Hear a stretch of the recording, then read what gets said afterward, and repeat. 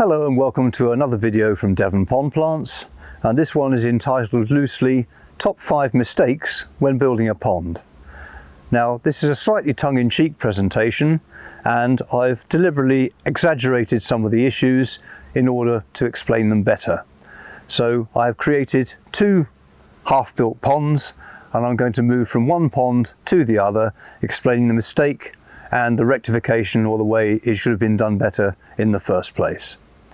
So the first point I'm going to cover is site selection. In a small garden, there often isn't a great deal of choice about where you can site your pond. So all of these things come with the caveat that if possible. So if possible, site your pond away from overhanging trees, particularly deciduous trees like the ones surrounding this pond here, because in the winter time, all of those leaves are pretty much going to end up in the bottom of your pond. And leaves can be quite toxic. They vary from species to species, but the leaves of things like oak or rhododendron or laurel are particularly toxic, and they're not a good thing to have in your pond. The second point about the position is that the pond should be in sun, and I've explained in a previous video why that should be. Pond plants have evolved to grow in the sun, insects have evolved to pollinate the plants, and everything's much happier in the sunshine. The pond plants won't do well if they're in a shady corner or underneath branches of an overhanging tree. The range of plants you can use will be much smaller, and the range of visiting insects will be much smaller too. So if at all possible, site your pond in a sunny position, away from trees or the lee of trees. And thirdly, if you can find a level site, you'll make life a lot easier for yourself during the construction. And again, that's not always possible. This pond has been created quite quickly to illustrate some of the points I was making about the mistakes made in that previous example. So it's not intended to be an example of how to build a pond perfectly. We're going to try to do that next year in a new video. A large area has been created level in which to put the pond to start with. And that means it's much easier to lay everything out, and all of the surrounding landscaping can be attended to after the pond has been completed. The sun's just setting now, it's something like 6 p.m. here now, and there's still quite a lot of light coming on the pond, but it's not in direct sunshine 12 hours of the day, but it's certainly in an open and sunny location. If you are building a pond in your garden, you will have to learn to drive one of these. You will need to get the levels right, otherwise you will end up with a lot of unsightly liner on show. And that leads me to the second point.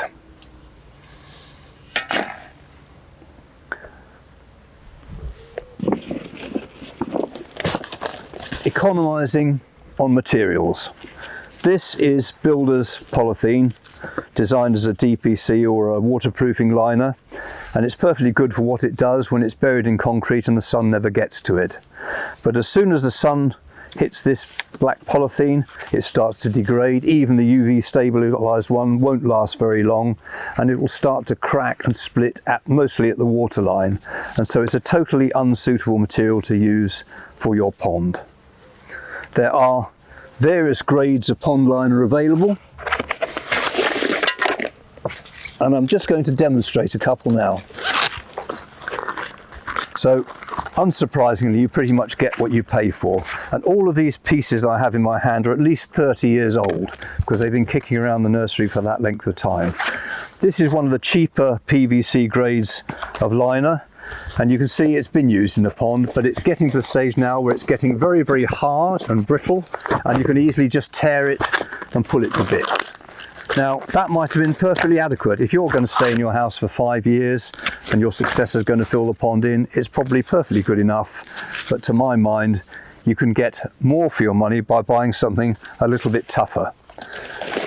There's various grades of this PVC. Some of it's 15-year guarantee, some of it 25-year guarantee, and basically what it comes down to is the quality of the material and the thickness of it. The next level up is butyl rubber. Now, butyl rubber is lovely and flexible even after 30 years. You can screw this up into a ball, it's not cracking, it's not splitting, it's not crackling. But the thing with butyl rubber is because it's so soft, it's actually quite easy to penetrate with something sharp.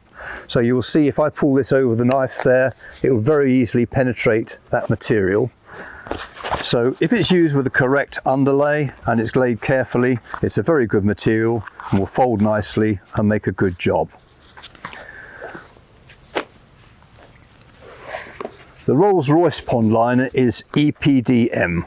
I shan't go into what that stands for, but it's the same sort of material as you use for car inner tubes, lorry inner tubes, that sort of thing. Comes in mostly 3/4 of a millimetre and 1 millimetre thick. It's not much more expensive than the butyl, but if you see me pull that over that sharp object again, went through it quite easily there, but quite a job to get it through compared to the other materials. Quite a lot tougher than the other material, but possibly doesn't fold quite so nicely. You'll get bigger folds and more obvious folds in it. So, case of get what you pay for. But to line a pond of this sort of size, which is 2 metres by 1, you're only going to be spending £100. And most people spend that much in Costa coffee every month. So quite honestly, I think the extra cost is well justified. Underneath this butyl rubber liner, there is a good quality underlay. I didn't have a piece of underlay large enough to use for the whole pond, so I'm just showing you a sample of the same sort of material. Now this actually isn't pond underlay, but it's a very similar material. It's a capillary membrane, but it's a tough woven material that will prevent any sharp stones or sticks or roots from making the holes in the liner from the outside and stopping any punctures. It's a good idea to use some of this material underneath your first row of edging stones just to give a little bit more protection to the liner, so as to sandwich the liner between 2 layers of underlay wherever you're going to land something very sharp and heavy on it. The last point, and it's a slightly contentious one because I've seen in many books about wildlife ponds and so on, is that you should put some soil back into the pond again in which for the plants to grow. Now, that's all very well if you have a natural pond, but if you have a pond with a liner, such as this one, and you put loose soil back on top of the liner, several things will happen. Firstly, a lot of the nutrients within that soil will just dissolve into the water, making the water a nutrient soup, and that's exactly what the algae are looking for. So you'll get a very murky pond that's full of algae for a long time until there's sufficient plant material and roots to lock up all those nutrients and use them up. The second thing is that because this is essentially a shiny material and impervious, most of that soil will very quickly end up on the bottom of the pond, and you'll end up with no soil at the edges where you really want it for your marginal plants anyway. The second point is that people are often told to use subsoil for this. Now, people misinterpret that to mean this really hard clay shillity mix from down towards the bottom end of the pond hole when we dug it out, and that's not a suitable mixture for growing anything in. What they really mean is the soil from a few centimetres below the surface, so not the topsoil with all the turf and weeds in, but the layer immediately below that. But still, in my opinion, the best way is to put all of the soil into a mesh basket and plant your plant in that, and that way when your plant is grown too big for its pot, you can take it out easily, divide it, do whatever you like with it, whereas once it's got its roots into any soil in the pond, it will spread unhindered and all the big plants and the tough plants will take over and leave you with none of the smaller, more delicate plants. Mistake number 3 is that insufficient shelf space has been allowed for in the pond. The shelf has been built too narrow, and it's not at the right depth for baskets of pond plants. Your typical pond plant will come in a pot like that, and you will be planting it into a basket of that sort of size, or maybe for taller plants, a basket of that sort of size. And these pots need to be placed so that the top edge of the pot is only just covered by water in most cases. The taller a plant is, like this typha here, the more depth of water it can take, but for a short plant like this, the water level needs to be pretty much where the top of the pot is. So if the shelf is too deep, the plant will be drowning and the water level will be up here. If the shelf is too shallow and the plant's only just sitting in water, then in the summertime when the pond dries out a little, it could find itself completely out of the water. So you first of all have to consider what size of baskets you're going to use in your pond, and then create a shelf that will suit the size of basket you're going to use. Pond packs often come with 2-litre baskets or thereabouts, and the plants themselves may come in 1-litre or smaller sizes or bare rooted, and these size of baskets are perfectly adequate to plant the plants into for their first season or maybe 2. But eventually, and for any taller plants, you're going to want to use bigger baskets again. A 5 or a 10-litre basket, this is a 10-litre basket, is going to be necessary for tall plants or plants that grow rapidly. This Carex won't ever grow that rapidly, so it can probably stay in the 2-litre basket for 2 or 3 years. So it's important from the outset to decide which baskets you're going to use in your pond and create a shelf at the right level for those baskets. And the shelf must be wide enough not only for the basket, but also to provide room for you to cover the edge of the liner. And I'll explain that in a minute when I go on to the next pond. So I've quickly arranged the liner within this hastily constructed pond just to demonstrate the problems further.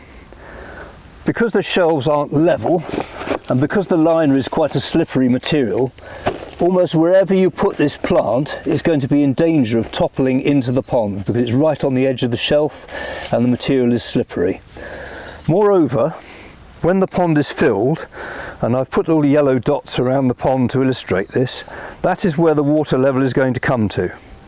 So here there's no water on the shelf at all, and all of this material, this plastic material, will be on show because somehow you're going to have to retain that plastic material. Now some people just take loose stones and place them around the edge of the pond like this. Some people take a paving slab and lay them on the top, and the net result is pretty unappealing. You can still see all of this plastic material.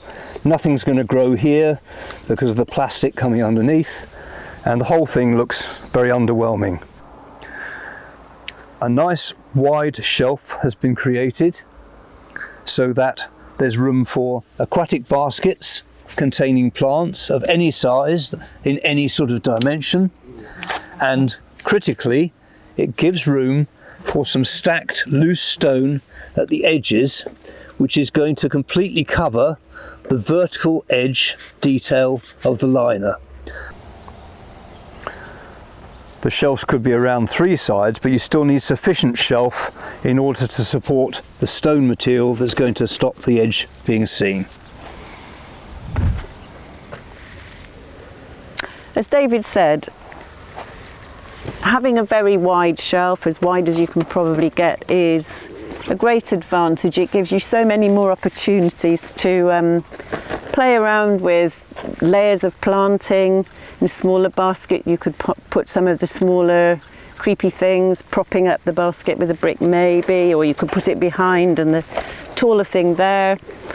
Pack the behind of the basket with gravel and pebbles, and maybe even play around with some of the creeping things like Lysomachia, creeping jenny, Lobelia chinensis, and that can also help to break up the hard edge of your pond and give you a much more natural feel to the overall design.